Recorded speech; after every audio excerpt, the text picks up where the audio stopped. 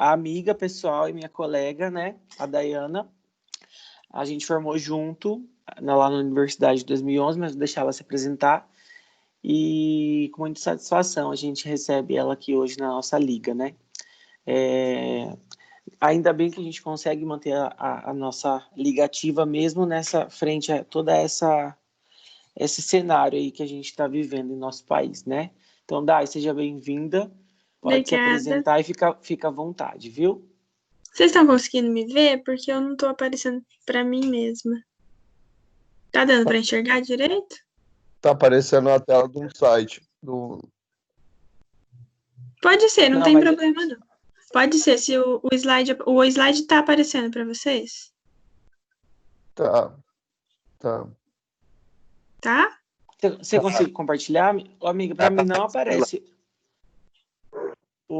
O Dai, o que aparece aqui para mim de você só aparece suas iniciais, não aparece sua câmera. Acho que não tem problema, né? Não tem, mas assim, gente, na minha tela vocês veem a escrito paramentação e desparamentação do profissional de saúde, vocês estão vendo isso? Agora sim, professor. Tá, Dai, então eu vou passar para você os slides, pode ser? Tá bom, tá certo. Tá certo, então. Deixa eu só me apresentar. Meu nome é Dayana, então, tá? Sou enfermeira. Me formei junto com o Edson. O Edinho, né? Porque é estranho chamar de Edson. Eu sou enfermeira. Terminei a faculdade na Uniderp. Sou especialista em terapia intensiva, urgência e emergência pela UFMS. Fiz residência lá. Fiz o mestrado em enfermagem também na UFMS. E atualmente eu estou fazendo doutorado no programa de enfermagem e saúde do adulto na Universidade de São Paulo. Eu trabalho no Hospital Universitário, aqui em Campo Grande, no CTI adulto. Então, a gente não é a primeira referência para Covid aqui da cidade, a primeira referência é o Hospital Regional, mas em seguida do Hospital Regional a gente vai, se realmente a situação ficar tão grande como é previsto, e se o número de casos em Campo Grande ficar muito alto, nós vamos receber pacientes com Covid. Ainda não recebemos nenhum, mas estamos nos preparando, já recebemos algumas suspeitas, que felizmente deram negativo. Antes de eu começar a falar com vocês, Edinho, eles são alunos da Liga de... Tem aluno do 3º ao 10º semestre, Dai. Do 3º ao 10º semestre, tá. Uhum. Então, se tiver alguma coisa que eu falar, que o pessoal ainda não conhecer, que você quiser me interromper e perguntar, e aí eu vou falar e no final também eu abro para perguntas para eles, tá? Sim, ótimo. Fica à vontade. Aí, eu preparei a aula com base 10 perguntas, né, que foram eles que fizeram, que você me mandou. Uhum. Então, eu preparei a aula com essas 10 perguntas. Eu vou falar isso, acho que vai englobar a maior parte das dúvidas. A maior dúvida que eu vejo, tanto os profissionais lá no hospital, quanto as pessoas perguntando, é sobre como que coloca e como que tira a paramentação para atender o paciente. Então, é isso. Pode passar o primeiro slide, por favor, Edinho. Ai, tá ficando bem... Tá ficando grande para vocês ou tá ficando bem pequeno? Pequeno. Tá pequeno? Você não consegue abrir um pouquinho? Peraí, deixa eu ver. Eu vou até abrir aqui no meu computador também, para eu conseguir enxergar. Deixa eu ver se eu consigo colocar. Agora melhorou? Tá bom. Ficou melhor, né? Sim. Eu coloquei em modo de apresentação. Tá. Se ficar algum momento ficar ruim para vocês verem, vocês vão me falando, tá? Oi? Tá excelente. Tá. Então, vocês me mandaram 10 perguntas. A primeira dela, quais os EPIs são usados pelos profissionais no atendimento aos pacientes suspeitos e com o paciente já confirmado e se existe uma diferença entre eles? A gente está se guiando hoje no Brasil, principalmente por essa nota técnica que eu coloquei aqui para vocês, é a nota técnica 4 de 2020 da Vigilância Sanitária, da Anvisa. Essa nota técnica, ela saiu no final de janeiro, aqui no Brasil, só que nesses 2 meses, um pouquinho mais de 2 meses, ela já sofreu 3 atualizações. A última atualização é do dia 31 de março, é essa que eu coloquei aqui para vocês. Ela é para ser o nosso norte aqui dentro do Brasil, ela é feita baseada em consensos internacionais, em estudos que estão vindo de outros países, e é a nossa principal referência. Quando vocês perguntam para mim se existe diferença para se paramentar no paciente suspeito e no paciente confirmado, não tem diferença entre esses dois pacientes. As diferenças que a nossa técnica traz é entre o profissional de saúde, o profissional de apoio, o paciente em si, quando a gente coloca o EPI no paciente ou não. Então, o que a nota técnica traz? Em primeiro lugar, higiene das mãos, com água e sabão e preparação alcoólica. Isso é o tempo todo para qualquer paciente, independente do paciente ter COVID ou não ter COVID. E aí ela traz os CPIs. Eu vou focar só no profissional de saúde, que é o que mais interessa a gente, né?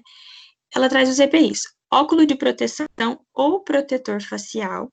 A nota técnica traz um ou outro. No hospital, a gente tem usado os dois. Já vou explicar para vocês por quê. Máscara cirúrgica, avental, luva de procedimento e gorro para os procedimentos que gerem aerosóis.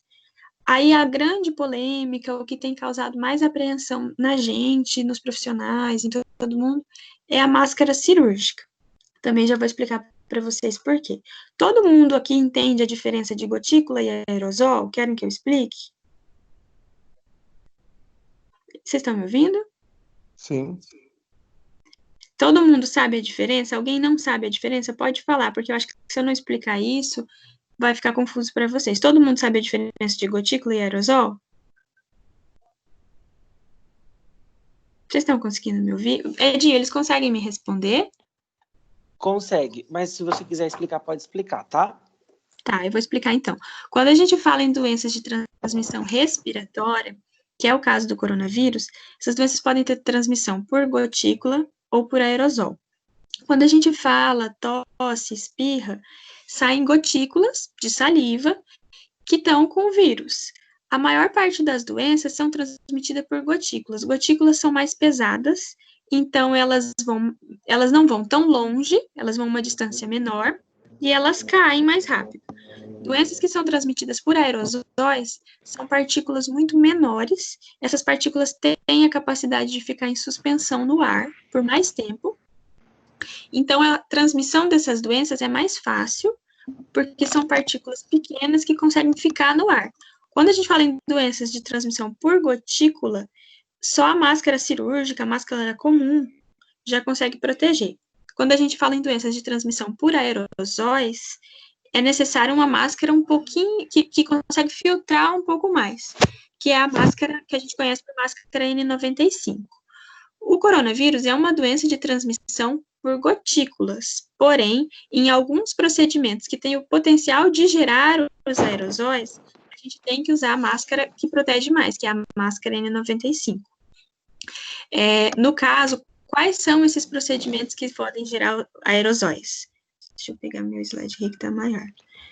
Os procedimentos que podem gerar aerosóis são intubação, aspiração traqueal, ventilação não invasiva, RCP, ventilação manual com ambu, coletar amostras nasais, a coleta do suave. Então, esses procedimentos, o profissional tem que usar a máscara N95 ou equivalente a ela.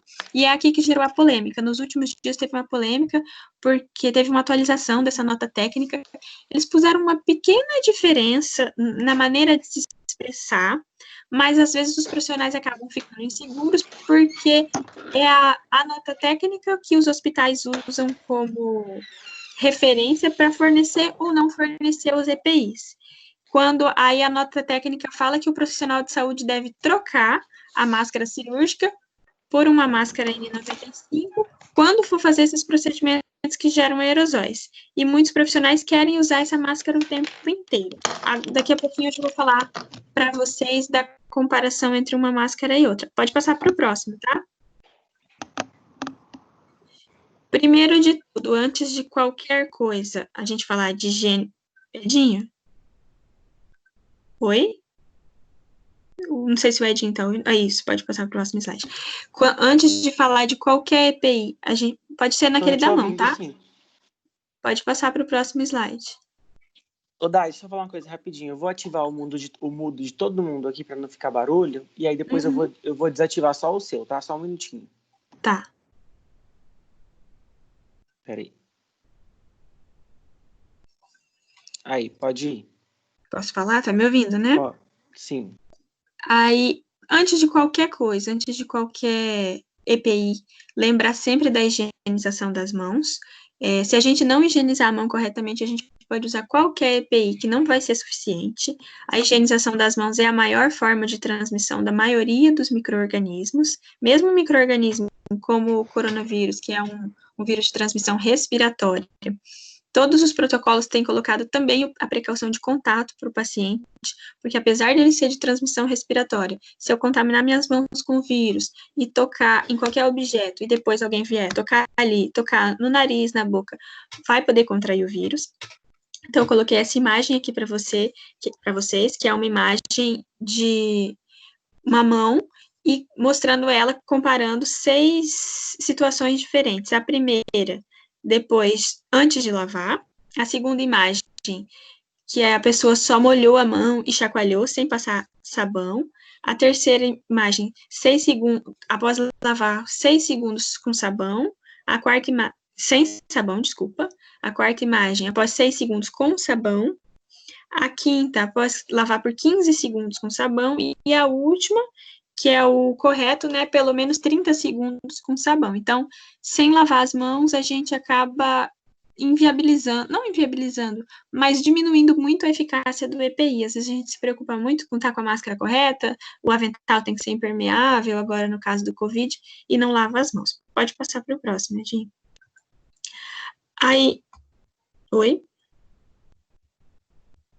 O próximo slide traz a comparação entre máscara e respirador. A gente tem o costume de usar a palavra máscara para tudo, mas quando a gente fala do que a gente chama de máscara N95, se a gente for usar a terminologia correta, ela é um respirador. Então, aqui eu tenho os dois, a máscara comum, máscara cirúrgica, e o respirador N95. Vou chamar de máscara, mas só para vocês saberem qual que é o termo correto.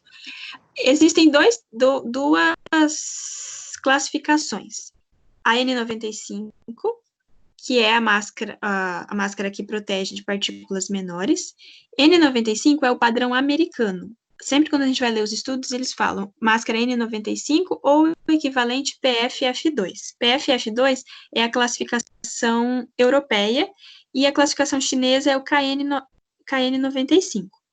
Ambos são padronizações, mas são padronizações que equivalem a mais ou menos a mesma coisa. Uma máscara que consegue filtrar pelo menos de 94% a 95% das partículas menores. São aquelas partículas com menos que 0,3 microns de diâmetro. São aquelas partículas muito pequenas que se enquadram na classificação de uma doença que é transmitida por aerosóis. Essas máscaras conseguem filtrar os aerosóis. Dizer que ela filtra pelo menos 95% das partículas com 0,3 não quer dizer que ela não filtre partículas menores, mas ela tem que filtrar pelo menos isso para ser considerada uma máscara que a gente chama N95 ou o equivalente. O coronavírus já tem estudos mostrando que ele é ainda menor do que 0,3 microns. E é por isso que muita gente se preocupa, quer usar a máscara N95, não quer usar a máscara comum em outros momentos, mas já tem estudos mostrando que a chance de você contrair, mesmo usando uma máscara comum, é muito, muito pequena. Pode passar para a próxima, Edi. Aí a segunda pergunta que vocês me fizeram, qual é a ordem correta de colocação e retirada desses equipamentos e quando deve ser feita a troca? Esse na minha opinião, é a pergunta mais importante, que tão importante quanto ter o EPI é saber colocar e saber retirar. Tem várias literaturas diferentes falando sobre isso, que trazem algumas pequenas diferenças.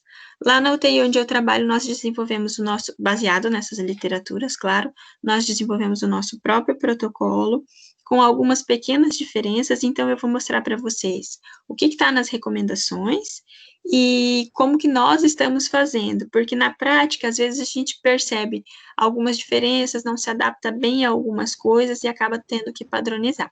Então, esse primeiro documento que eu trouxe é um documento do COFEN Corém, na verdade, foi publicado agora esse ano, e ele traz a orientação sobre a colocação e a retirada dos EPIs na paramentação no COVID-19.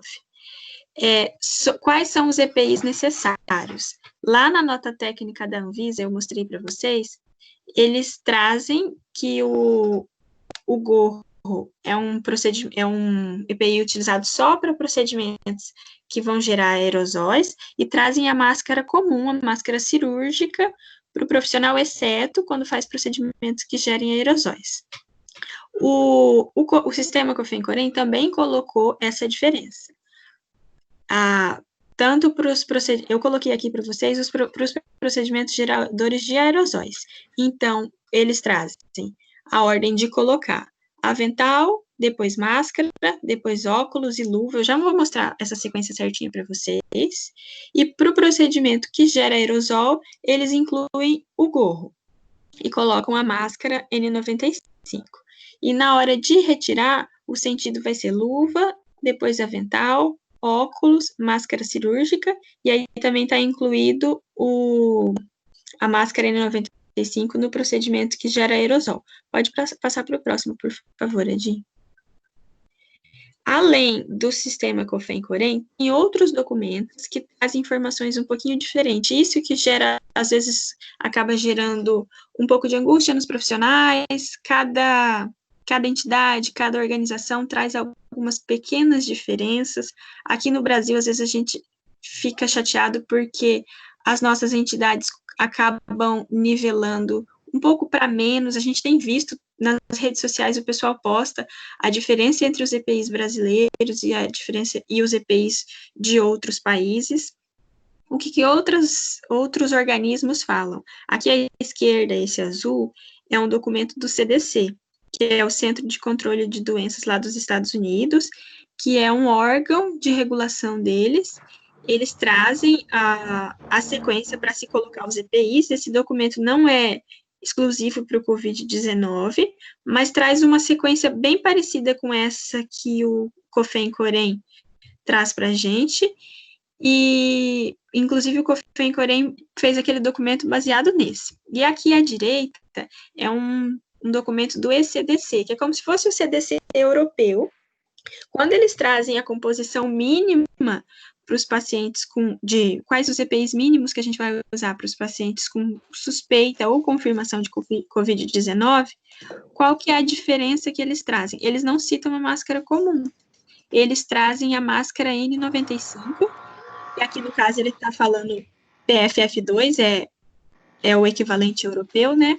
Eles trazem ela como o mínimo necessário a ser usado para atender esses pacientes, mesmo os casos suspeitos, e eles não estão falando aqui só no procedimento que gera aerosol. A gente sabe que essa máscara é mais cara, ela é bem mais cara comparada à máscara comum, e aqui no Brasil a gente tem visto nas notícias os profissionais denunciando vários hospitais que não têm essa máscara disponível, que regulam, limitam, fazem os profissionais reutilizarem as máscaras várias vezes, e, inclusive durante a pandemia tem sido citado, tem sido estudado, tem se tentado estudar, né, a reutilização dessa máscara, porque ela é uma máscara bem cara. Algumas sociedades vêm recomendando reutilizar só por causa da pandemia, mas não é o recomendado numa situação normal, numa situação em que não houvesse a escassez que está acontecendo agora por falta de produção mesmo, já que a China produz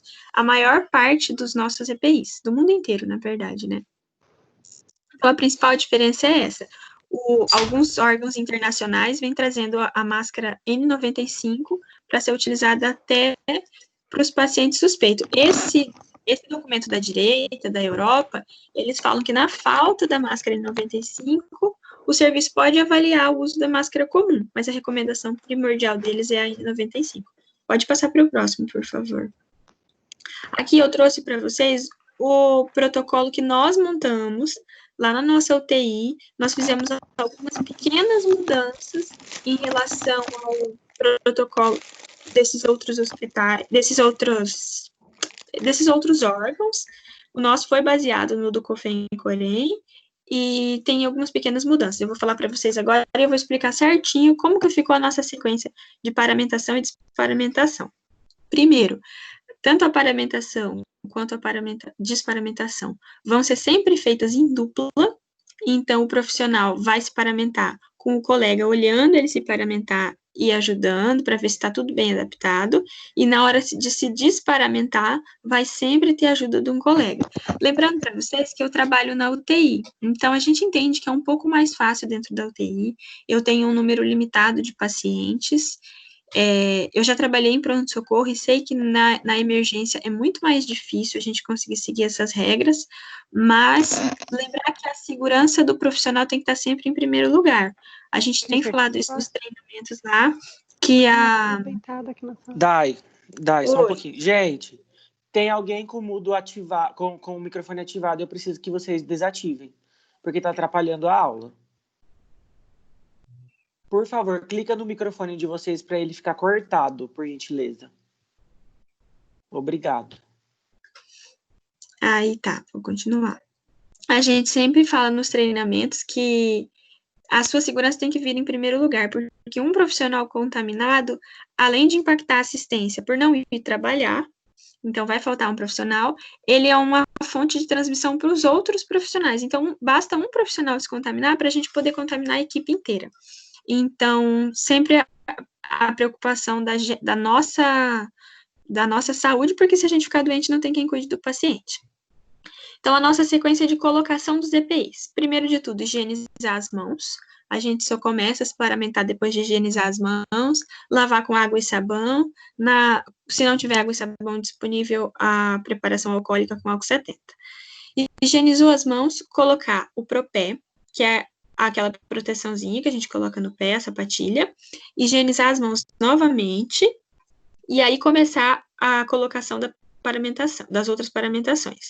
O primeiro a ser colocado vai ser o avental. Aqui no avental a gente também teve uma polêmica bem grande, porque não é padrão nos hospitais brasileiros usar aventais impermeáveis. Vários protocolos internacionais, na verdade, todos os protocolos internacionais trazem a necessidade de avental impermeável no paciente com Covid-19. Não é uma cultura, não é comum nos nossos hospitais, a maioria dos hospitais tem aventais de TNT. Embora os aventais de TNT de gramatura alta sejam bem grossos, o que a gente costuma usar no hospital não é impermeável. A Anvisa fez algumas mudanças nas últimas normas e já fala que não é obrigatório, mas eu vou mostrar para vocês já o avental que nós estamos usando lá no hospital universitário. Então, o profissional vestiu o Propé, lavou as mãos, colocou o avental impermeável. O nosso avental impermeável, ele precisa que o colega te ajude a se paramentar, porque ele é bem grosso, então o colega fecha o seu avental todo atrás. Os protocolos, esse protocolo europeu que eu mostrei para vocês, ele fala que o avental ou macacão impermeável tem que cobrir todas as suas costas, não pode deixar as costas abertas. Após o avental ou capote, a máscara N95, e aqui, colocou a máscara N95, tem que ser feito o teste de vedação. Pressionar a máscara para o rosto e assoprar bem forte para ver se não está vazando ar em nenhuma parte. Se estiver vazando, a máscara tem que ser trocada. Nós padronizamos lá na UTI que nós vamos usar a máscara N95 durante todo o atendimento, não só nos procedimentos geradores de aerosol. Por quê? Idealmente, o paciente deveria estar num quarto de isolamento. Nós temos 2 quartos de isolamento lá, mas esse quarto de isolamento tem que ter troca de ar, filtro EPA e pressão negativa. O que é isso? O ar que está dentro desse quarto tem que ser jogado para fora e tem que ter um filtro para que os aerosóis produzidos nos procedimentos não fiquem em suspensão no ar. Nós não temos isso e a grande maioria dos hospitais do Brasil não tem isso. Então, o que a gente acaba fazendo? O quarto vira uma estufa. Toda vez que eu faço um procedimento que gera aerosol, aqueles aerosóis vão ficar em suspensão no ar por várias horas. Por isso, a gente prefere e padronizou que toda a equipe vai usar N95 durante todo o atendimento, não só quando faz um procedimento que gera aerosol, porque nós não temos garantia de que depois que eu sair, a próxima pessoa que entrar ali para fazer um procedimento que não gera aerosol, não vai acabar inalando esses aerosóis que ficaram em suspensão no ar. Então, colocou a N95, avaliou se ela está bem vedada no rosto, em seguida coloca o gorro. Por que que a gente coloca a N95 antes do gorro? Porque, infelizmente, a gente vai reutilizar essa máscara. O ideal é que ela seja de uso único, mas por causa da epidemia e por causa do risco de desabastecimento, a gente vai usar ela por até 7 dias. Então, quando eu coloco a N95 primeiro e depois a touca, eu mantenho as tiras dela, o elástico dela por baixo da touca, ele fica mais protegido de ser contaminado. Coloquei a touca, depois da touca, a touca tem que proteger todo o cabelo, o óculos e o protetor facial, a Face Shield. Alguns protocolos falam ou o óculos ou a Face Shield. Nós padronizamos os dois. Por quê? O óculos vai proteger os olhos, né? A Face Shield, ela tá protegendo também a minha máscara. Então, quando eu faço, como é uma máscara que eu vou reutilizar, eu tenho que diminuir a chance de depositar qualquer partícula em cima dela, contaminar, e depois eu tocar na máscara e me contaminar. Então, por causa disso, nós padronizamos usar os dois, e por isso a luva. Alguns protocolos falam em usar 2 pares de luva, outros não. A padronização do nosso hospital é usar um par de luvas só, mas na UTI nós padronizamos 2 pares de luvas, porque um deles vai estar por baixo do avental e o outro por cima, segurando o punho do avental. Já vou mostrar uma foto para vocês. Isso diminui o risco de eu me contaminar, de entrar algum líquido por ali e cair na minha pele. Por mais que o vírus não transmita ao tocar na sua pele, se você contamina a sua pele e depois você toca nela e toca seu rosto, seu nariz ou qualquer outra coisa, você pode transmitir o vírus. E esse é um vírus de fácil transmissão. Então, me paramentei todo, o colega assistiu eu me paramentando, entro no leito de isolamento, atendo o paciente, terminou o atendimento do paciente. Agora a gente vai aqui para a direita, que é a sequência de retirada dos EPIs. Como nós padronizamos 2 luvas, ainda dentro do leito, você vai tirar a primeira luva, que é aquela luva contaminada, que você usou na assistência do paciente, vai abrir a porta e sair para a antessala. Os nossos leitos de isolamento têm uma antessala, que tem uma pia, onde você pode lavar as mãos, fazer a higiene dos equipamentos que são reutilizáveis antes de sair. Então, tirei a primeira luva, saí, fui para a antessala, e lá na antessala eu vou continuar a desparamentação. Na antessala a gente vai remover o avental impermeável, e a maneira correta de remover esse avental. De preferência, vai ter um colega para te ajudar, que vai soltar o avental atrás. Você vai puxar o avental, inclinando o corpo para frente, de uma maneira em que o avental, a parte suja do avental não encoste em você, e ele vai ser tirado enrolando com a parte suja para dentro. Tira o avental e tira a segunda luva que estava limpa embaixo. E agora vem a diferença que foi acrescentada nos últimos protocolos: higienização das mãos. A cada EPI retirado, vai ser feita a higienização das mãos, em geral com a solução alcoólica. Então, tirei o avental impermeável, enrolando ele, sem encostar, tirei aquela segunda luva, higienizo as mãos. Em seguida, vai ser retirado o protetor facial e os óculos, sempre tocando pelas laterais, tentando não tocar na frente, que são as partes mais contaminadas. A higiene deles vai ser feita ali na pia, onde a gente lava as mãos, e higienizo as mãos novamente. Em seguida, é retirado o gorro, retira puxando pelo meio, trazendo o gorro para trás, para não passar ele no seu rosto, descarta o gorro no lixo e higieniza as mãos novamente. Feito isso, ainda com a máscara, eu saio de dentro da antessala, fecho a porta e só quando eu cheguei no exterior, na ilha do CTI, é que eu vou higienizo as mãos novamente e vou retirar a minha máscara N95, retira ela tocando nos elásticos, tentando não tocar na máscara, e a gente tem guardado ela em envelopes de papel, que nós mesmos, que são feitos lá no hospital, e ela está sendo reutilizada por até 7 dias. Algumas sociedades têm falado em reutilizar ela por até 14 dias, mas a gente padroniza ela no hospital 7 dias, e troca antes, óbvio, se ela estiver úmida, com alguma sujidade. Pode passar, Edinho, por favor. Essa aqui é uma foto do nosso EPI lá no Hospital Universitário. Foi uma angústia bem grande que nós tivemos no começo, porque vários protocolos, como eu falei para vocês, falam em avental impermeável. não é uma realidade dos hospitais no Brasil. Eu tenho conversado com vários colegas que trabalham em outros estados, até com amigos que moram fora do Brasil, e a grande maioria dos hospitais não tem aventais impermeáveis, ou tem o avental de TNT, que é o que a gente está acostumado a ver, que é bem fino e que realmente não consegue ser impermeável. Quando essa situação começou, nós tentamos procurar várias formas de conseguir comprar o avental impermeável. Ele é bastante caro, e aí foi desenvolvido esse avental. Esse avental, ele é de um plástico bem grosso, ele é feito de napa. A ideia foi de uma enfermeira, e aí é bem legal falar isso, porque ela teve essa ideia, ela é a enfermeira responsável pela hotelaria lá do hospital.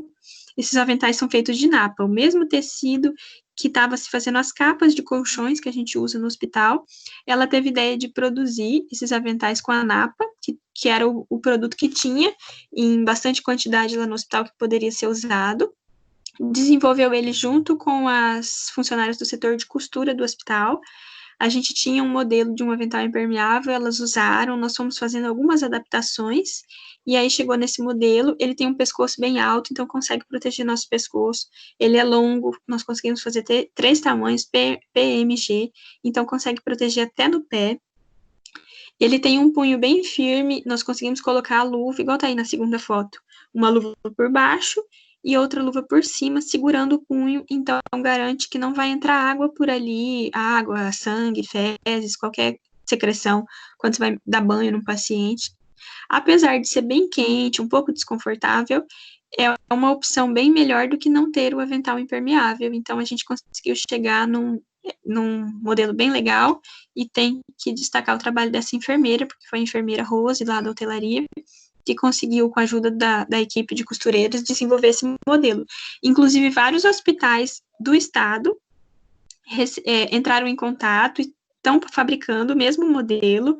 Ela mandou, tá até postado na página do SAMU aqui de Campo Grande, se vocês quiserem ver. Ela mandou o modelo para eles, eles gostaram, mandaram a napa lá para o hospital, e as costureiras produziram, e hoje está sendo produzido também por um projeto com a ajuda dos detentos do presídio, para fabricar mais aventais, porque nós vamos ter uma demanda muito alta. Ele não é descartável, infelizmente não é o ideal é que o avental fosse descartável, nós não temos condição de produzir esse avental de maneira descartável, então ele vai ser relavado, a gente sabe que não é o ideal, mas ainda assim garante uma proteção um pouco melhor do que não usar um avental impermeável. Na atual situação, a gente conhece pouco do vírus ainda, é um vírus que se espalha muito facilmente, então foi a melhor opção que a gente conseguiu encontrar. Pode passar para o próximo, Edinho, por favor. Deixa eu só falar uma coisinha aqui rapidinho. Uhum. O que você falou em relação ao trabalho desenvolvido por uma enfermeira, né? Então, assim, mais uma vez, em uma pandemia, os enfermeiros ganhando destaque aí nesse cenário, né? A gente sabe que na história, em outras epidemias, né? Aquelas epidemias de longa data que a gente conhece, os enfermeiros tiveram bastante destaque também na promoção de métodos de prevenção, né? Então, mais uma vez, a gente ganhou um destaque aí. Então, parabéns aí a toda a equipe do HU por esse momento, né? Tem alguns hospitais que estão utilizando aquele material que parece um TNT. Aquilo lá é correto? Eu entrei em contato com alguns amigos que trabalham em outros hospitais. Uma amiga que trabalha no Sírio-Libanês, ela me mostrou o avental deles. Ele é de TNT, mas ele é um TNT laminado. Eu não conhecia, eu fui pesquisar. Ele é TNT, um TNT bem grosso, uma gramatura alta, e na parte de dentro ele tem uma camada bem fina, laminada, e que garante que ele é impermeável. A gente tinha uma amostra desse avental lá no hospital, porque o hospital compra ele para o pessoal que trabalha produzindo quimioterápico, porque eles têm que usar um avental impermeável. Mas tinha uma quantidade muito pequena, não ia ser possível ser utilizado por nós na assistência, porque o gasto vai ser imenso. O hospital ia tentar fazer uma compra, mas nada garantido. E aí, com esse modelo desse avental, nós levamos esse modelo do avental laminado para as costureiras e elas foram fazendo protótipos, levava lá no CTI, a gente testava, usava, tentava ficar um pouco no plantão com ele, e foi fazendo até chegar nesse daí. O que a gente fez de diferente nesse, em relação àquele? Deixamos ele mais fechado atrás, agora ele cobre todas as costas, colocamos esse pescoço, não sei se você consegue ver aí na profissional da foto, o pescoço está bem alto, porque era uma preocupação nossa proteger o pescoço, já que na UTI a gente faz muito procedimento que gera aerosol, aspiração traqueal principalmente. Então, e colocamos o punho, esse punho tem um velcro, e aí a gente põe a luva por cima para tentar tampar, já que o velcro pode molhar. Fizemos adaptações, mas foi baseado naquele. Muito bem, legal. Parabéns aí para vocês, viu? Quer que passe o slide? Pode passar, por favor. Aí a terceira pergunta que vocês me mandaram foi quais os cuidados que o profissional deve tomar, mesmo usando os EPIs, e qual é o risco de contaminação mesmo fazendo uso dos equipamentos. Os cuidados, primeiro de tudo, higiene das mãos. Não adianta a gente se paramentar muito bem e não higienizar as mãos, e essa tem sido uma angústia nossa lá na UTI, porque assim, como eu falei para vocês, nós temos 2 leitos de isolamento. Então, a princípio, quando os primeiros casos de coronavírus começarem a chegar lá para nós vamos colocar esses pacientes nos 2 leitos de isolamento. Mas a gente entende, tem visto nos outros países, que em alguns países a situação de caos foi tão grande que não teve mais como respeitar o leito de isolamento. Alguns lugares, chegou momentos em que todos os pacientes tinham coronavírus, eles estavam no meio da ilha, do CTI, e os profissionais estavam trabalhando paramentados o tempo inteiro. A primeira pergunta que a gente, quando se reuniu, se fez foi como as pessoas lavam as mãos se elas estão trabalhando o plantão inteiro, 100% do tempo paramentadas, né? Conforme o tipo de luva que você usa, você pode fazer a higienização da luva. Isso, lógico, não estou falando para vocês fazerem isso no plantão, numa situação normal. A gente não higieniza a luva com álcool, mas a luva que nós usamos, a luva cirúrgica que nós usamos, ela pode ser, em uma situação de emergência, ela pode ser higienizada com água e sabão ou álcool, e é o que a gente tem visto nos vídeos os profissionais fazendo espero que a gente não chegue nessa situação, por Deus, os profissionais fazendo em outros países, trabalhando o tempo inteiro paramentados com medo de se contaminar, higienizando a luva para tocar no próximo paciente. Espero que a gente não chegue nessa situação, por enquanto a gente espera conseguir atender o paciente, tirar a paramentação, lavar as mãos, higienizar as mãos, para ir atender o próximo paciente. Mas, em primeiro lugar, higiene das mãos. Nada substitui higienizar as mãos. O segundo cuidado que eu tenho que ter, capacitar a equipe para colocar e retirar os EPIs. Os estudos já comprovaram, a maior parte das contaminações dos profissionais não acontece na assistência, acontece na hora de colocar e retirar os EPIs. Retirar é o passo mais importante, por isso que a gente estabeleceu que o profissional vai colocar e retirar sempre em dupla. Tendo alguém para olhar você fazer isso, as chances de você se contaminar são menores. E é nossa função, como enfermeiros, treinar a nossa equipe. Eu já vou falar sobre esse treinamento com vocês. Não usar adornos. Lá na UTI a gente tem o adorno zero, então é uma coisa que a CCIH faz no hospital inteiro, eles passam verificando se a gente está usando adorno. Na UTI a gente não usa nenhum adorno, isso é uma coisa bem legal, a gente conseguiu zerar o uso de adorno. Ninguém usa aliança, ninguém usa brinco, ninguém usa nada. Óculos, quem tem que usar óculos, porque não é um adorno, né, é necessário, mas a gente não usa nada e isso é super importante.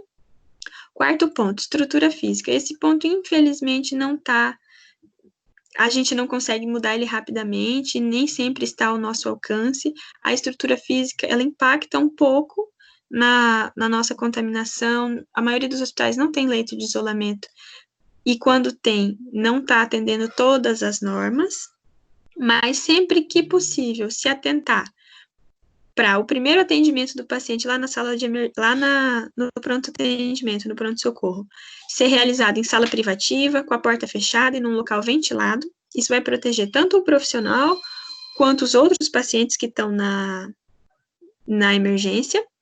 E na UTI, quando houver disponível, manter o paciente em leito de isolamento, com anticâmara, filtro EPA e troca de ar, para que a gente minimize a contaminação dos profissionais e dos outros pacientes.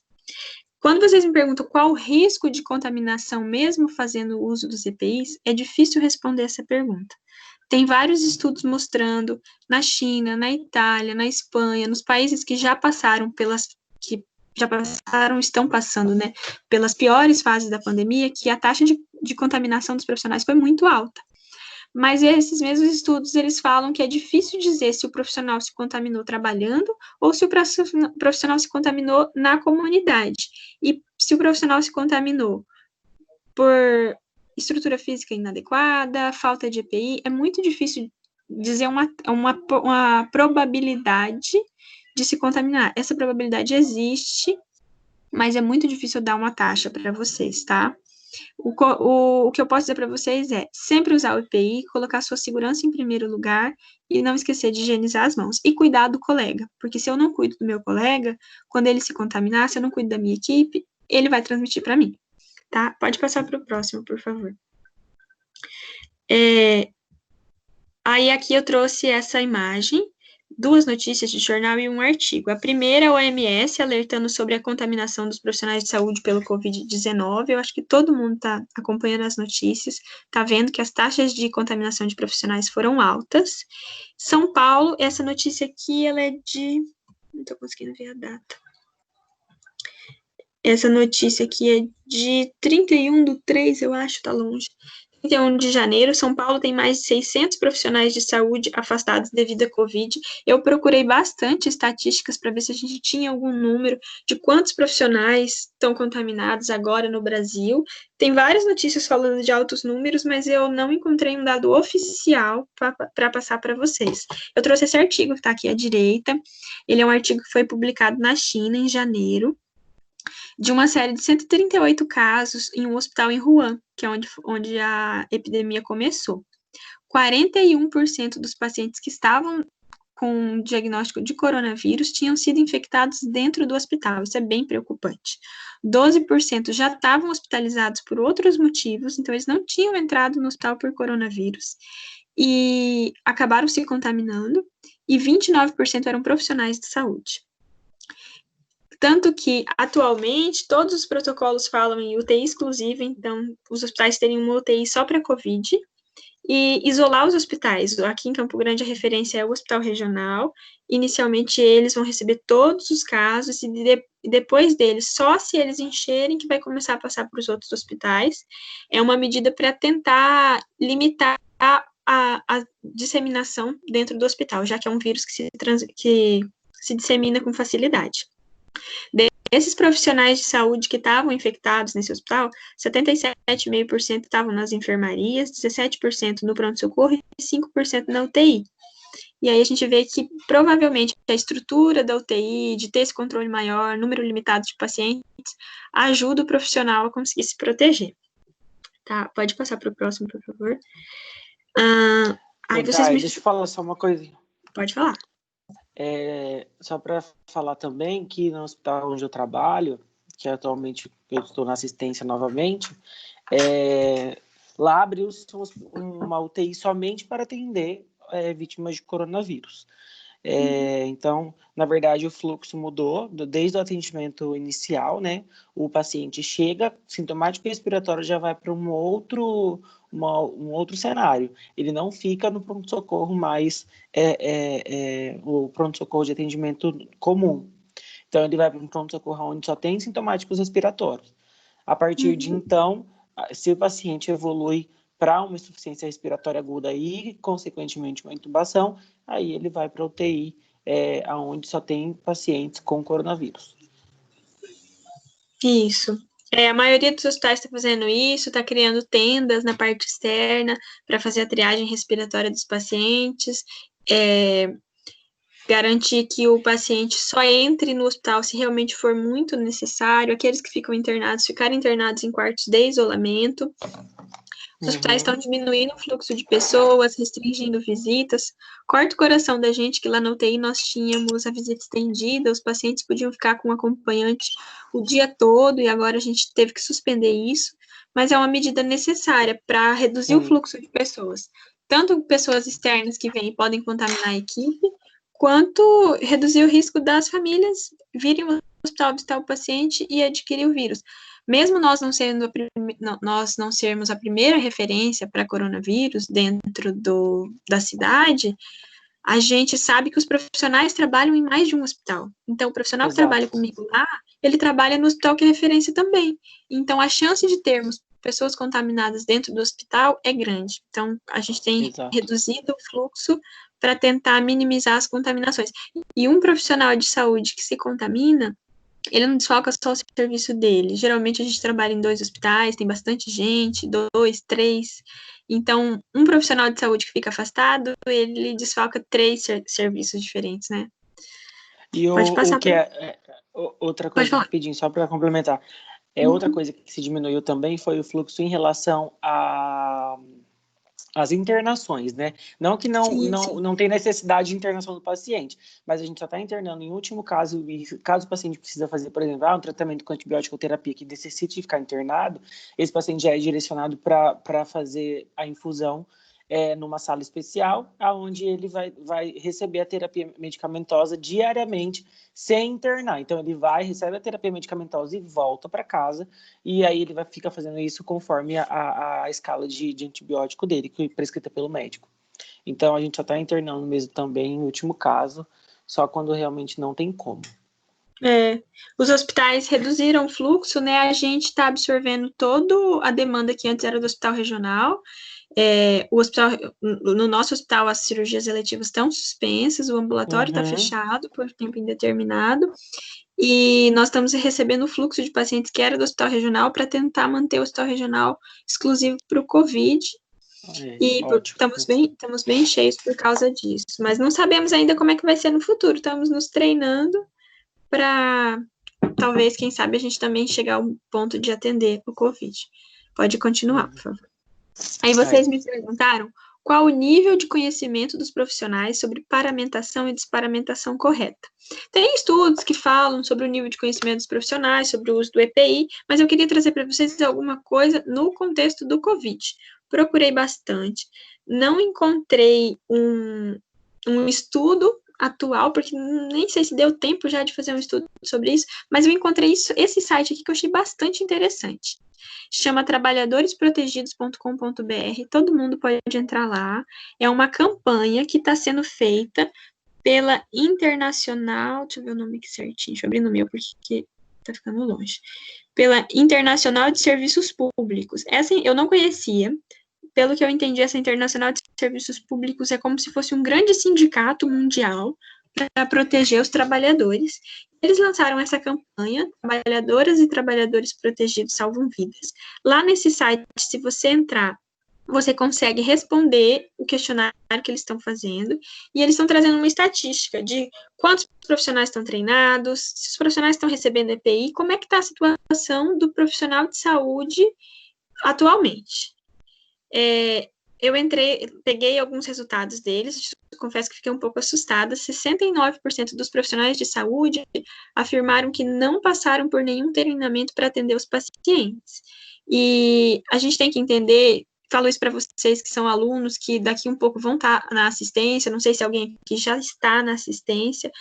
Quando você for enfermeiro de um serviço, aconteceu uma nova pandemia, o Covid já passou, mas vai acontecer uma outra pandemia.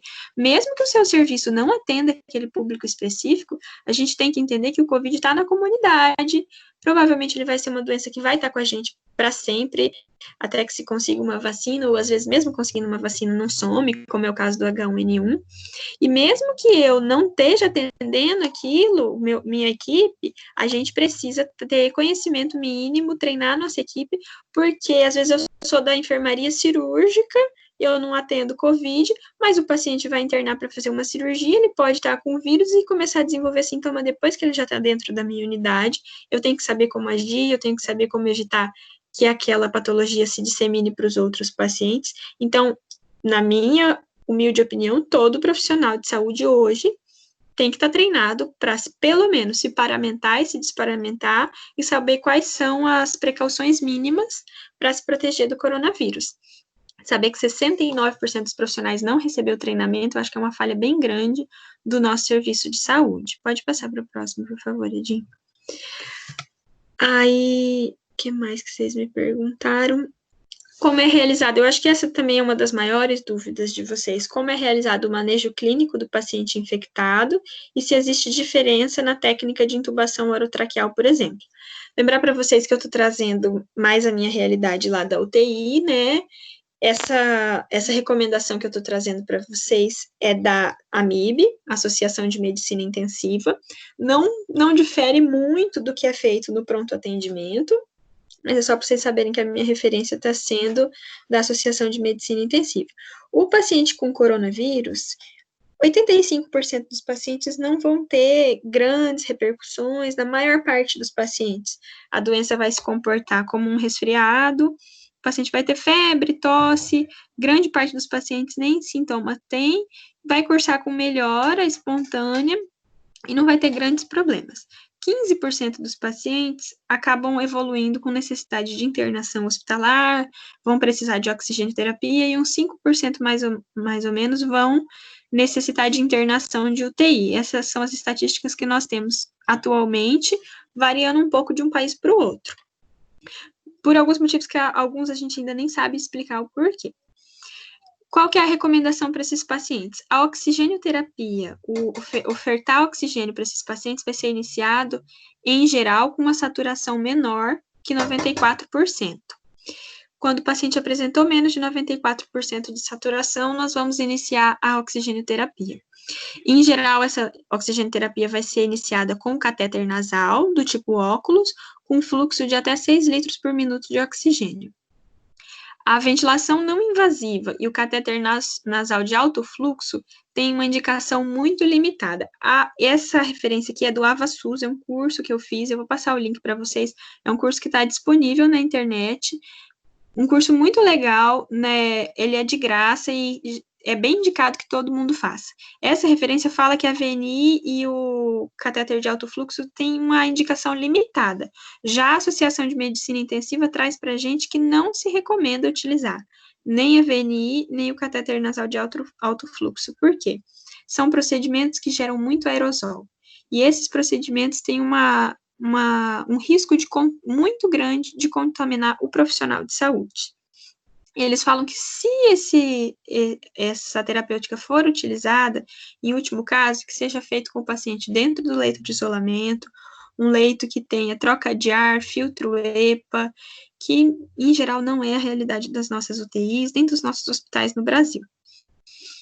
Quando o paciente com coronavírus, ele evolui com insuficiência respiratória muito rápido, entre começar a necessidade de oxigenoterapia para fazer a falência respiratória, insuficiência respiratória, necessidade de intubação orotraqueal, esse paciente evolui muito rápido.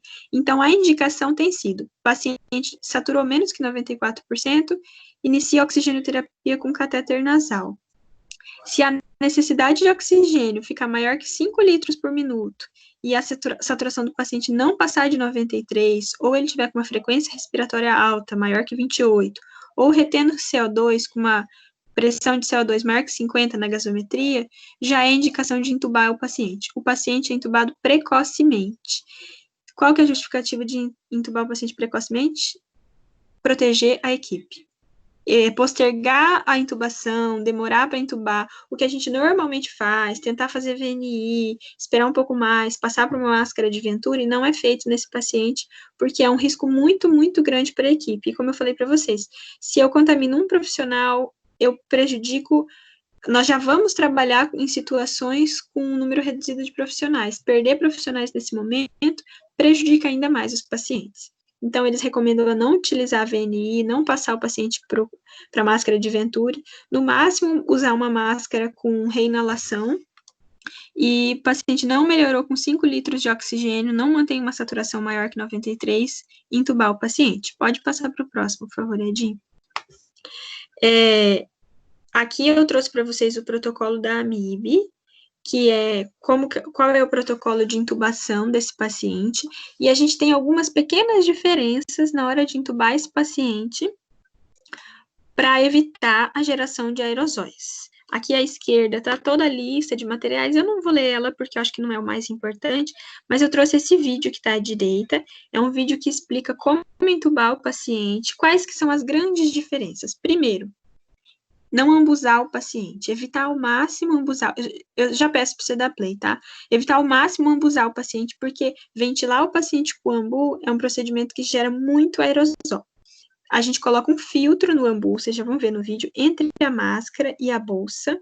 Esse filtro reduz a dispersão de aerosóis.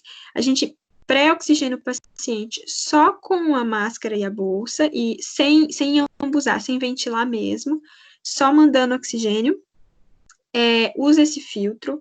A intubação, a gente faz ela com o ambu fechado, com o tubo fechado. Pega um êmbolo, aquela partinha preta de uma seringa de 20 ml, oclui a ponta do tubo, o paciente é intubado, a recomendação é que ele seja intubado pelo profissional mais experiente da unidade. Então, no nosso protocolo, vai entrar dentro do leito de isolamento um enfermeiro, o médico que vai intubar e um fisioterapeuta. E nós vamos ter outro enfermeiro na antessala com o carrinho de emergência. Esse enfermeiro que está com o carrinho de emergência vai passar os materiais para o enfermeiro que está lá dentro, para a gente também evitar de contaminar o nosso carrinho e esses materiais, e nós temos um carrinho só para o paciente COVID, e lá dentro ficaram médico, enfermeiro e fisioterapeuta, e a gente vai fazer isso. A intubação vai ser intubação de sequência rápida, ou seja, eu vou sedar esse paciente, fazer bloqueador neuromuscular. Eu não vou entrar em cada medicação agora, porque eu acho que não é o foco. Mas vai ser feito bloqueador neuromuscular, intubar o paciente rapidamente, sem ventilar com o ambu, manter o tubo ocluído, então vou colocar o êmbolo da seringa na ponta do tubo, vocês já vão ver isso no vídeo. Intubou o paciente, tirar o fio guia, o tubo vai ser ocluído com uma pinça, a gente vai fechar, para evitar de o paciente tossir ou exalar aerosóis. Conecto o tubo do paciente no ventilador. Não vai ser feito aquele teste que a gente geralmente faz com o esteto, ambusa o paciente para verificar se o tubo está no lugar. O ideal é usar a capnografia. A capnografia mede a quantidade de CO2 exalado e ela é o padrão ouro para verificar se o paciente realmente está com o tubo posicionado corretamente, se está ventilando o pulmão. E aí liga o respirador com o paciente já no circuito fechado, com TrachCare, que é o sistema de aspiração fechado, filtro bacteriológico e viral, e sem ambusar o paciente. Vou pedir então, Edinho, para você dar play aí no vídeo, para eles poderem assistir, tá? Se você quiser no slide aumentar o tamanho do vídeo, acho que pode ser que ajude. Esse vídeo não é do nosso hospital, tá? Esse vídeo eu peguei na internet, mas é o mesmo protocolo que nós estamos adotando no nosso hospital. Acho que o vídeo tá travando um pouquinho, mas vocês vão conseguir entender qualquer coisa eu vou falando. O áudio do vídeo não tá saindo, né? Edinho, ativa seu áudio aí para ver se o áudio do vídeo sai.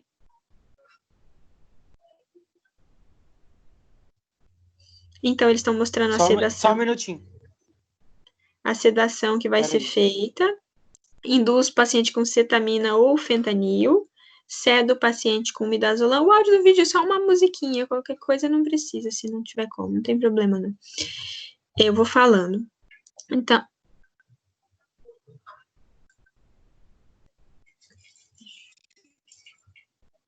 Então, eles mostraram a equipe paramentada. Aí ele fala, no vídeo eles falam pedir o kit COVID na farmácia. Lá na UTI a gente está com os kits na nossa UTI, já dentro da UTI.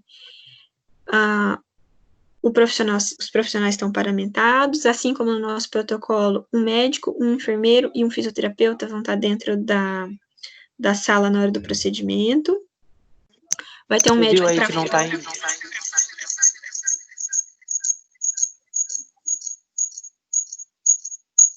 Induzir o paciente com... Acho que não tá rolando, né, gente? Deixa o seu no mudo mesmo, eu vou falando.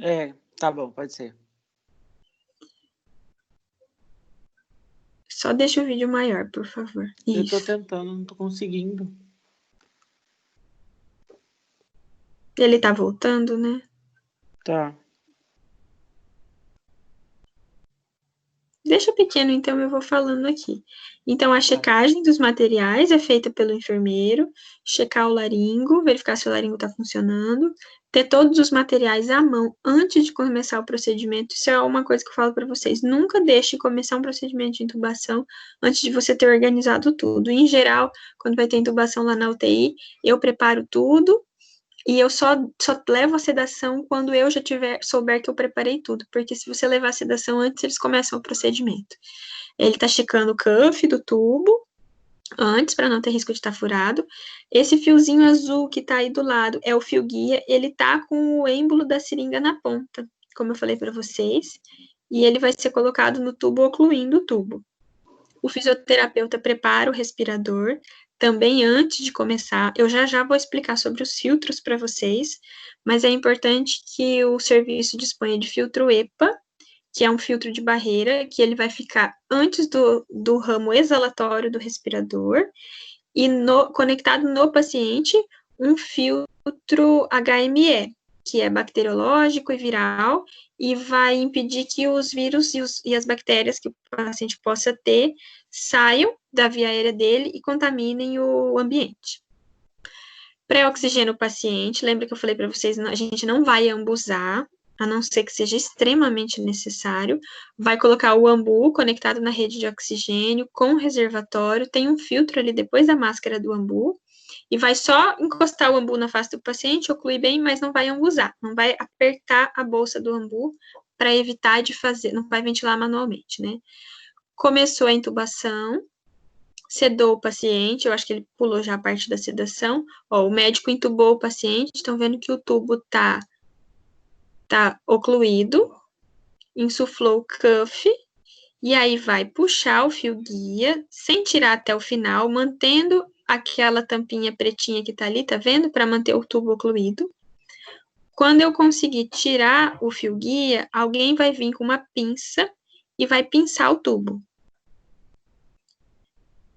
Pinçou o tubo, só depois de pinçar o tubo é que pode tirar a tampinha ali da ponta do tubo, já conecta o paciente na ventilação mecânica, com filtro, sistema de aspiração fechado e capnografia. Aí não está aparecendo a capnografia, mas nós vamos usar, nós temos lá na UTI, e é com a capnografia que nós vamos checar se esse paciente está ventilando corretamente ou não, se ele está com o tubo no local correto. Feito isso, finalizou, não desconecta mais o paciente da ventilação mecânica. E todas as desconexões que forem necessárias fazer serão feitas utilizando esse procedimento.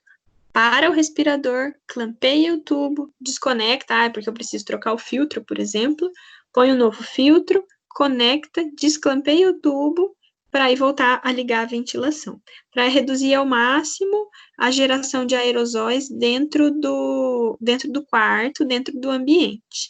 Lembrar que nesses pacientes a gente também não faz inalação, nebulização, porque tem um potencial altíssimo de gerar aerosóis.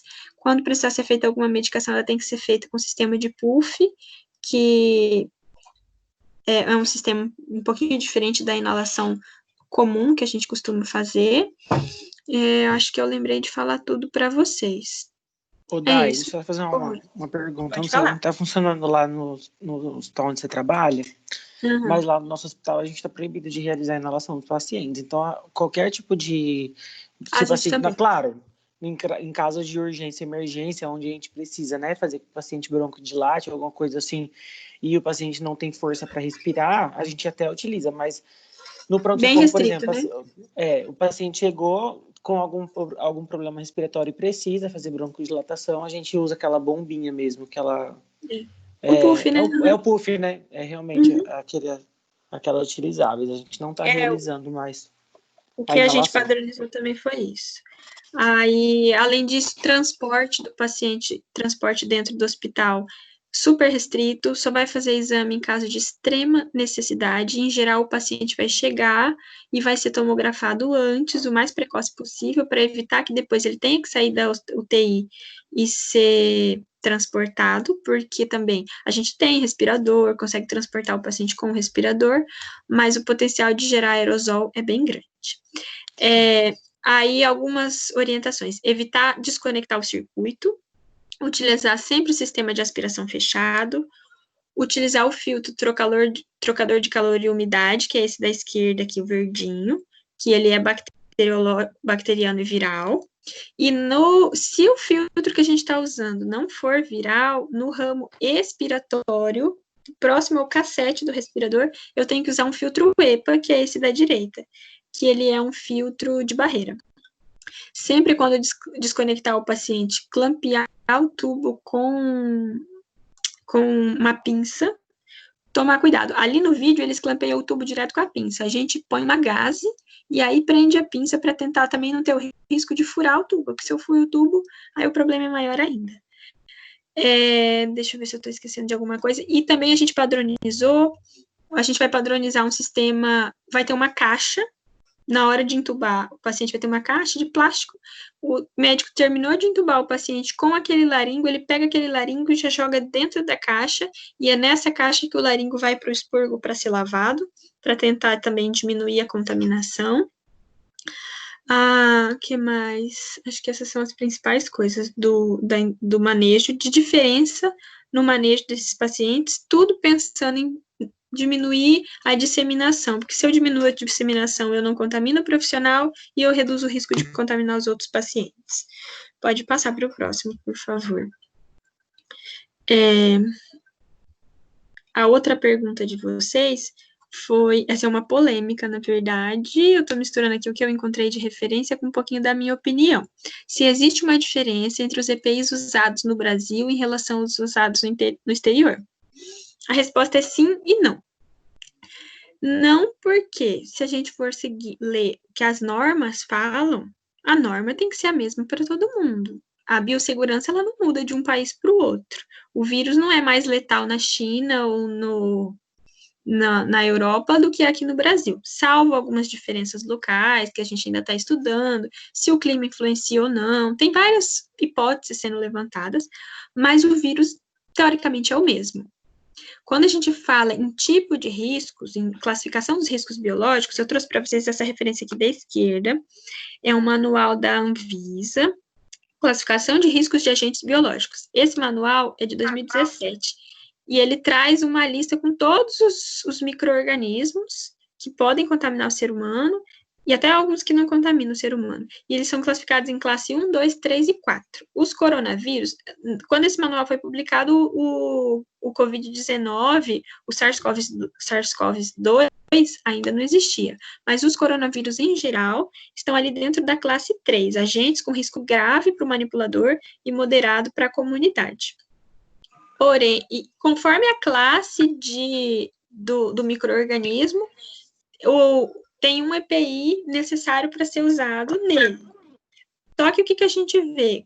Aí eu pus essa foto aqui da direita, ela é até um meme que circulou na internet, eu tirei ela de uma reportagem da BBC Brasil, que falava justamente disso, da diferença que a gente vê de EPI sendo usados nos hospitais no Brasil e ao redor do mundo.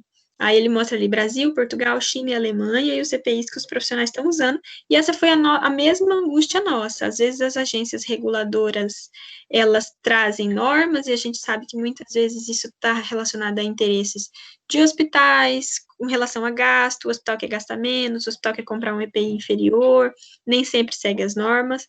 A gente tem visto as reclamações de profissionais de saúde, mas, em teoria, os EPIs não deveriam ser diferentes. Alguns locais estão usando EPIs muito mais complexos, alguns locais estão usando EPIs muito mais simples, mas, em teoria, o EPI deveria ser designado conforme o risco que aquele micro-organismo fornece para o paciente, para o profissional e para a comunidade. Passa para o próximo para mim, por favor. Recentemente, eu até fiquei bem chateada quando eu li essa portaria, essa perguntas e respostas da Anvisa. A Anvisa publicou isso essa semana, é do dia 14 de abril, é um levantamento de questionamentos recorrentes recebidos pela Gerência Geral de Tecnologia em Serviços de Saúde da Anvisa sobre o Covid-19, foi publicado agora dia 14 de abril. Tem várias perguntas e respostas. A maior polêmica que a gente tem tido em relação à EPI estão sendo duas coisas.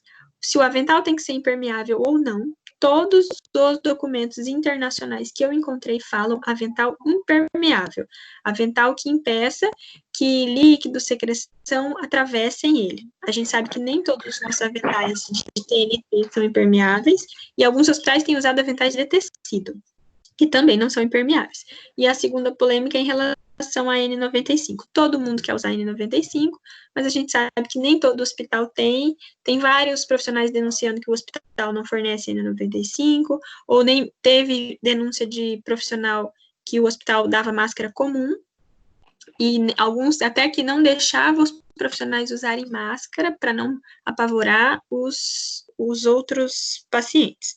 Mas, enfim, essa nota traz, quando eles foram perguntados se as botas, os aventais ou macacões têm que ser impermeáveis, e a Anvisa fala que não. Eu acho isso um retrocesso quando eles respondem isso, porque isso diminui a minha força na hora de cobrar o meu hospital.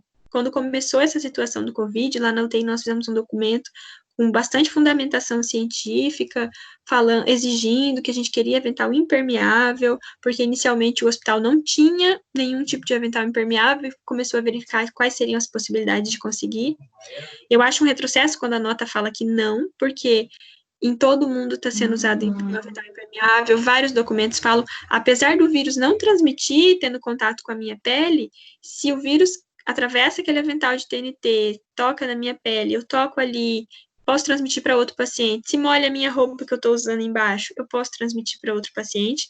Então, a gente ainda prefere usar, apesar da Anvisa estar falando isso, eu tenho que mostrar para vocês o que as normas estão falando. Eles falam que não é obrigatório que os aventais sejam impermeáveis, mas embaixo, um pouquinho mais para frente, eles dizem que cada serviço pode avaliar a sua necessidade. Então, é uma pena, né? Pode passar para o próximo, por favor. Depois dessa pergunta, a próxima pergunta foi como é feita a distribuição desses materiais pelos setores. Os hospitais possuem estoques adequados para lidar com essa situação? É complicado responder essa pergunta porque eu não sei a realidade de todos os hospitais do Brasil. Eu conversei com vários amigos em outros hospitais, alguns não estão recebendo nenhum EPI diferente do que a gente tinha, não estão recebendo aventais impermeáveis, outros estão recebendo os aventais corretos, impermeável, descartável, como deveria ser. Mostrei para vocês lá no meu hospital como que está sendo. A gente tem um avental impermeável, embora ele esteja sendo reprocessado, mas realmente a gente prefere ele do que não ter. E aí, aquele mesmo site que eu tinha mostrado para vocês, o trabalhadoresprotegidos.com.br, na mesma pesquisa que eles perguntam se os profissionais receberam treinamento, inclusive quem já trabalha quiser entrar lá e responder, achei bem interessante. Quanto mais gente responder, melhor. Eles perguntam para os profissionais se eles têm EPI disponível na instituição. E eu achei os números bem preocupantes. 67% dos profissionais falaram que tem luva no local de trabalho, ok. 73% tem álcool gel. Só que só 56% falaram que tem máscaras, ou seja, metade dos profissionais não tem máscara para trabalhar. Isso é bem preocupante. E 67% relataram que não tem os EPIs em quantidade suficiente. São obrigados a reutilizar os EPIs ou não tem EPI para todo mundo. E isso é preocupante, e lembrar para vocês que é função nossa, como profissional também, proteger a nossa equipe. Então, trabalhar num hospital que não tem...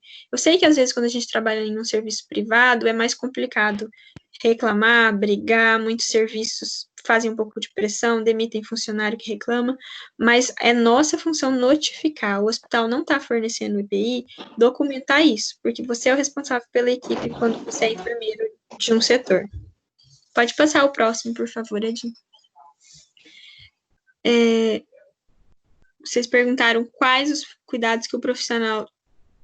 Quais os cuidados fora do hospital que o profissional deve ter.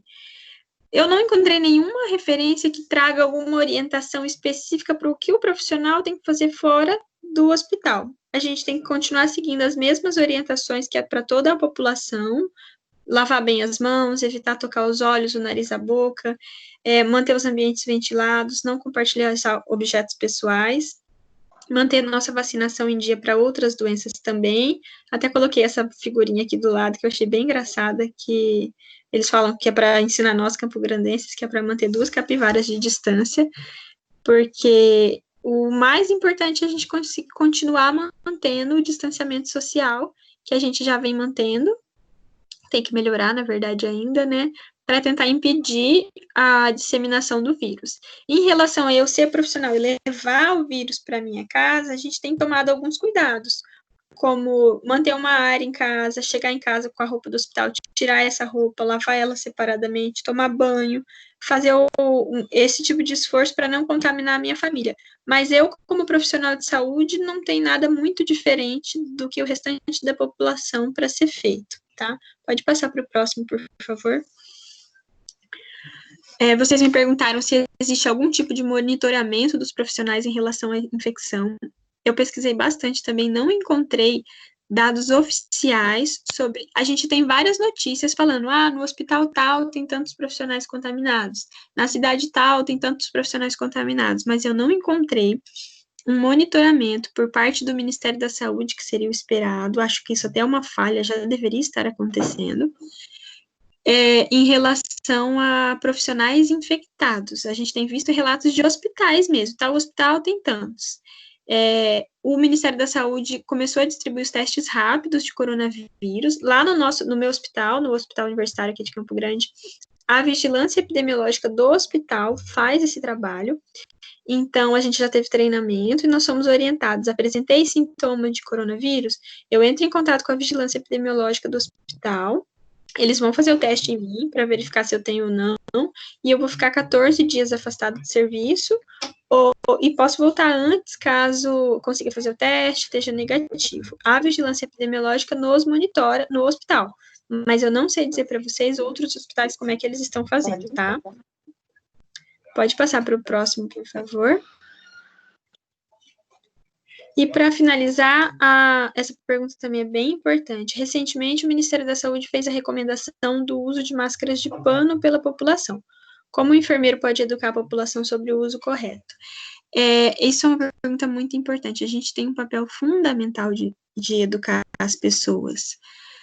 Primeiro, porque nós somos profissionais de saúde, e segundo, que todo mundo acho que tem que ajudar nesse momento, é o momento de todo mundo ajudar a conscientizar. Aquela sua tia que manda mensagem no WhatsApp, que fala que é para fazer gargarejo com água com limão que vai melhorar, aquela pessoa que acha que o vírus não existe. A gente vê profissional, isso é muito triste, profissional da saúde que não acredita no vírus, que acha que é mentira, que faz teoria da conspiração, e a gente... Não é uma situação legal, mas o vírus está aí, é uma realidade, a gente tem que aprender a conviver com ele enquanto essa situação passar. Então, nós, enfermeiros, temos a obrigação de estar informado e ajudar a conscientizar as pessoas. Eu pus essas fotos aqui que são de uma campanha da Prefeitura de Curitiba, estão bem claras, é bem interessante para distribuir para as pessoas, e aquelas orientações que eu acho que todo mundo já viu, mas não custa repetir. A máscara comum, a máscara de tecido, está sendo orientada pelo Ministério da Saúde. A função dela não é impedir que você adquira o vírus. A campanha é uma campanha que está acontecendo no mundo inteiro. Tem uma campanha acontecendo no mundo inteiro que fala: eu te protejo e você me protege. Porque quando eu coloco a máscara comum, uma máscara de tecido e saio na rua, eu estou impedindo de transmitir para outra pessoa. Então, se todo mundo seguir essa ideia, eu estiver usando a máscara e o outro também, eu não transmito para ele e ele não transmite para mim. A máscara de tecido, em hipótese alguma, deve ser utilizada pelo profissional de saúde no trabalho, porque não tem garantia de que ela vai impedir você de receber o vírus, mas ela diminui a quantidade de gotículas, de partículas que você transmite quando você espirra, tosse e fala. Então, se todo mundo utilizar nos locais públicos, a gente vai conseguir diminuir a disseminação do vírus. Então, nós temos que orientar isso para as pessoas. A máscara tem que ser de uso individual, não ficar tocando nela quando estiver usando, colocou, não fica pegando no rosto. Se precisar movimentar a máscara, fazer pelos elásticos, pela lateral, pelas tiras, não ficar mais que 2 horas com ela. higienizar essa máscara com uma solução com hipoclorito. Quando chegar em casa, tirei a máscara, higienizo ela, deixo secar bem antes de usar novamente. E aqui tem uma orientaçãozinha também de como fazer a máscara de tecido. Tem muito vídeo na internet ensinando isso, é bem facinho. Aí, acho que era isso. Pode passar o próximo. E essa última, que eu achei interessante colocar, porque, não sei, faça um exercício. Vão até o mercado, por exemplo. Não sei se é vocês, na casa de vocês que está indo no mercado, mas aqui em casa sou eu que estou indo. Quando eu vou no mercado, tenho ido de máscara, conforme o Ministério da Saúde está recomendando, aí eu chego lá e o que eu mais vejo? Gente de luva. Essa é uma coisa muito importante a gente conscientizar as pessoas, e eu não tenho visto se falar tanto sobre isso. Não tem que usar luva. Usar luva dá uma falsa sensação de segurança. A pessoa acha, não estou contaminando minha mão. E ela sai tocando com aquela luva em tudo e não lava a mão. Então, se vocês puderem também conscientizar as pessoas a não usar luva, que nada substitui lavar as mãos. Você não vai pegar o vírus se ele encostar na sua pele. Você vai contrair o vírus se você tocar em algum lugar sujo e pôr essa mão no olho, no nariz, na boca. Aí, se você vai no mercado, a coisa que você mais vê é gente de máscara, de luva, tocando com tudo na luva e tocando no rosto o tempo inteiro. Então, usar máscara é uma iniciativa legal, desde que a gente siga as orientações. Usar e usar da forma errada pode até fazer você se contaminar mais ainda. Aí, essa era a última. Pode passar? Acho que terminamos. Nossa, eu falei bastante, né? Aí, vou abrir para vocês agora. Se alguém tiver alguma dúvida, alguma coisa que eu não respondi, pode perguntar. Dai, primeiramente, obrigado pela sua contribuição. A gente sabe que nunca é demais estudar sobre o assunto, né? Até porque nós que estamos na linha de frente ali, a gente... Todo dia é um desafio, né? Um desafio para paramentar da forma, para a gente paramentar da forma correta, para a gente ajudar o colega a se paramentar. E o mais importante é a desparamentação, porque a gente tem que retirar todos os EPIs sem nos contaminar, né? Então, sempre é importante a gente estar abordando esse tema justamente porque por conta desses desafios que a gente encontra aí na nossa prática profissional. Eu vou abrir para os alunos. Gente, alguém tem alguma pergunta? Um por vez, tá? E se vocês quiserem ativar o microfone de vocês e realizar a pergunta, fiquem à vontade. Eu tenho uma dúvida a respeito de não usar... Eu quem? Eu, Karen. Ah, tá. A recomendação é não usar a luva ao sair no mercado, como foi o seu exemplo. Mas e se, de repente, não seria mais interessante usar a luva, mas reforçar a lavagem de mãos após a retirada? O problema é que quando a gente orienta as pessoas a usarem luva, em geral, elas negligenciam a lavagem das mãos. A gente usa a luva no hospital porque a gente está entrando em contato com sangue, com secreção, com objetos potencialmente contaminados no leito do paciente. Na comunidade, no mercado, como foi o exemplo que eu dei, porque é onde a gente tem ido ultimamente, né? A gente sai de casa para trabalhar quando é necessário e para ir no mercado. Quando se você prestar atenção, a maioria das pessoas, elas estão usando a luva com aquela sensação de que eu estou protegido, então eu posso tocar em tudo. E aí a pessoa acaba sendo uma fonte de transmissão, porque ela não passa álcool em gel na mão, porque ela está de luva, ela não lava a mão, e, em geral, nesses locais a gente não tem onde lavar a mão, então eu acho que orientar as pessoas a usar luva acaba tendo um efeito contrário, dá uma falsa sensação de segurança e elas saem tocando em tudo. Então, é muito melhor a gente... E se vocês observarem, depois as pessoas tiram essa luva e jogam no meio da rua, no chão. Se você for sair andando na rua hoje em dia, você encontra, às vezes, máscara e luva jogado no chão, contaminando mais ainda a cidade. Então, é muito melhor orientar as pessoas a lavarem as mãos. Elas têm que ter... O único jeito de remover o micro-organismo é lavar as mãos. A luva dá uma falsa sensação de segurança. Ok, obrigada. Nada. Mais alguém? Eu tenho uma pergunta. Oi, gente. Oi, Ari. Oi, Eu quero Ari. fazer uma pergunta. Seja bem-vinda. Claro. Deixa eu falar. Eu não consegui entrar desde o início, mas eu queria saber a respeito, uma curiosidade, né? se fala em relação ao solo, alguns estados estão adotando a desinfecção do asfalto, né, a lavagem.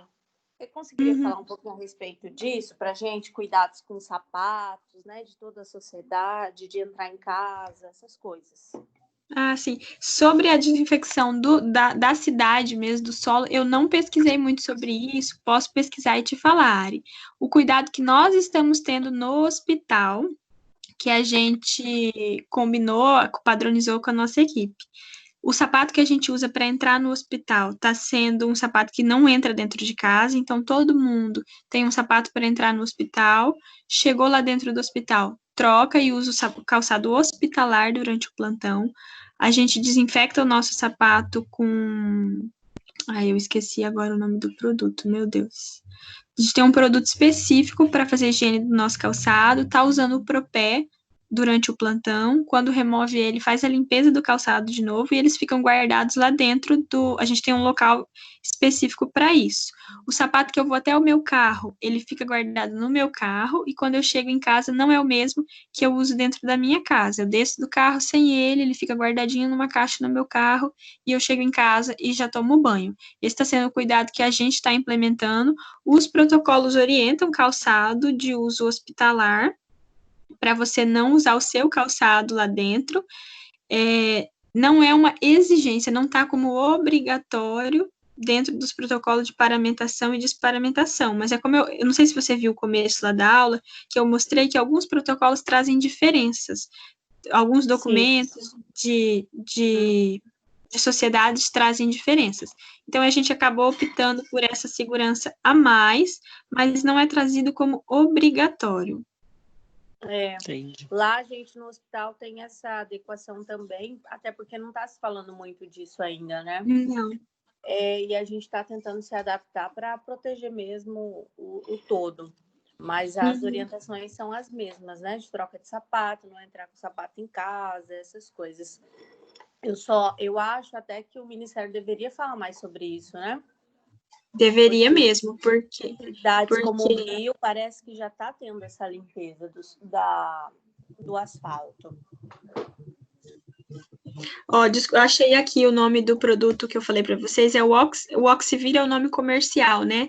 Ele é o peróxido de hidrogênio. Esse é o produto que a gente usa lá no hospital para fazer desinfecção, a limpeza terminal dos leitos, quando o paciente tem alta. Até então, como é uma empresa terceirizada que faz a limpeza dos nossos leitos, o Oxivir, o peróxido de hidrogênio era só para limpeza terminal, mas agora foi feita uma inclusão no contrato e a gente está recebendo esse produto também para limpar os nossos sapatos. Então, eu começo o plantão, passo ele no meu sapato hospitalar, trabalho, no final do plantão, passo esse produto de novo no meu sapato e aí guardo o meu sapato num armário que nós temos, que fica o sapato de trabalho de todo mundo lá. E é obrigatório trabalhar com esse sapato de plástico, emborrachado, e que fica só lá dentro do ambiente hospitalar. Muito Legal. bom, Dai. Muito bom. Obrigada, viu, Obrigado. pela sua aula. Para tentar diminuir a contaminação também, a gente reduziu bastante as nossas saídas de dentro da UTI. Nós temos um maqueiro agora que vai na farmácia para a gente, busca medicação, traz de volta. Nós temos tentado sair o mínimo possível de dentro da UTI para tentar diminuir a circulação dentro do hospital e, consequentemente, diminuir a disseminação. Porque apesar de nós ainda não sermos referência para o coronavírus, não sermos a primeira da cidade, a gente sabe que em algum momento vão vir pacientes que internam por outra coisa, mas que vão vir com vírus. Então, quanto menos a gente conseguir circular, menor a chance de disseminar para o restante do hospital. Verdade, Dai. Verdade. Muito obrigada, viu, pela Obrigado. sua contribuição. Nada. Gente, alguém mais tem alguma pergunta? Eu sei que alguém falou aí. Podem perguntar.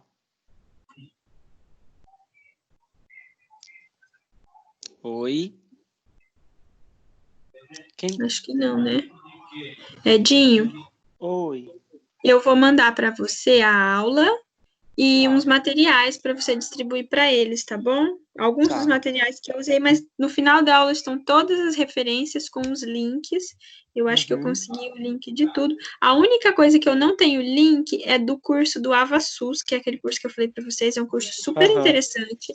Ele é aberto, todo mundo pode se inscrever e fazer, mas aí eu mando o curso, eu mando o link, o site do AvaSUS, para quem quiser ir lá, tem vários cursos sobre coronavírus, é bem legal de todo mundo fazer. É do Ministério da Saúde. Eu consegui a tradução do CDC lá no hospital e eu mandei para eles, então disponibilizei já também a tradução. Aí se eu vou disponibilizar a aula também para eles no nosso grupo, tá? Tá bom. Bom, Dai, obrigado pela sua contribuição de hoje, foi bastante importante para a gente, né? A gente sabe que essa paramentação e experimentação acaba sendo um desafio para nós profissionais e assim, né, que fique todo o conhecimento não só para o atendimento do Covid-19, mas para outros pacientes também, né? A gente sabe que essas medidas de proteção aí, elas devem ser levadas em consideração e que esse momento venha mesmo para contribuir para a mudança de cultura mesmo dos profissionais de saúde, onde a gente possa nos cuidar e cuidar dos nossos colegas. Obrigado mesmo, viu? Eu que agradeço por ter participado. Gente, tá meu e-mail lá no final da aula. Se alguém quiser mandar alguma dúvida, pedir algum material. Eu não olho o e-mail todo dia, mas eu olho. Pode mandar, tá? Alunos, obrigado pela presença de todos. Ariane, quer falar mais alguma coisa? Na verdade, queria agradecer a Dayana mais uma vez, né? Elogiar o grupo, que bastante gente está aqui hoje, sábado de manhã. E agradecer, Dayana, pela sua contribuição, tá bom? Ai, que bom, fiquei feliz de participar. Eu entrei aqui também para ver, porque a gente, enquanto profissional, a gente aprende todo dia, né? Todo dia tem publicações novas e os serviços, eles têm se adaptado diariamente ao que é proposto. Então, queria te agradecer, tá bom? Essa tarefa não é fácil, juntar tudo isso, porque como tá modificando muito, e falar sobre o assunto, tá bom? Obrigadão. Obrigada, eu que agradeço. Saudade de vocês aqui. Saudade também. Que a gente possa se ver logo. É verdade. Sem vírus. Um beijo, viu? Obrigada. Beijo, gente. Tchau, tchau. Gente, obrigado pela presença.